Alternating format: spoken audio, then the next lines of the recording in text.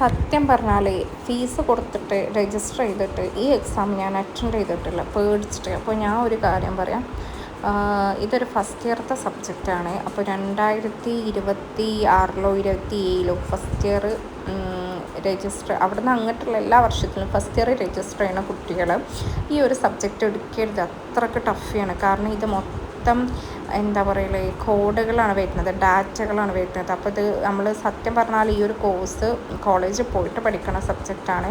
ഞാൻ ഇതിൻ്റെ എക്സാം പേടിച്ചിട്ട് എഴുതിയിട്ടില്ല. അപ്പോൾ തിയറി ഭയങ്കര എളുപ്പമായിരുന്നു. എനിക്കൊരു കുട്ടി ഇത് അയച്ചു തന്നതാട്ടോ പേപ്പർ, അതുകൊണ്ടാണ് ഞാനത് സെപ്പറേറ്റ് വീഡിയോ ചെയ്തത്.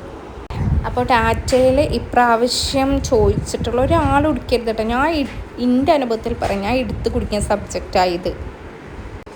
അപ്പോൾ ഇത് എടുക്കരുത്. അപ്പോൾ ഇതിൽ വന്ന ഈ വർഷത്തെ ക്വസ്റ്റ്യൻസുകളാണിത്. അടുത്ത വർഷം ഇതേ ക്വസ്റ്റ്യൻസുകൾ ചോദിക്കാം കേട്ടോ.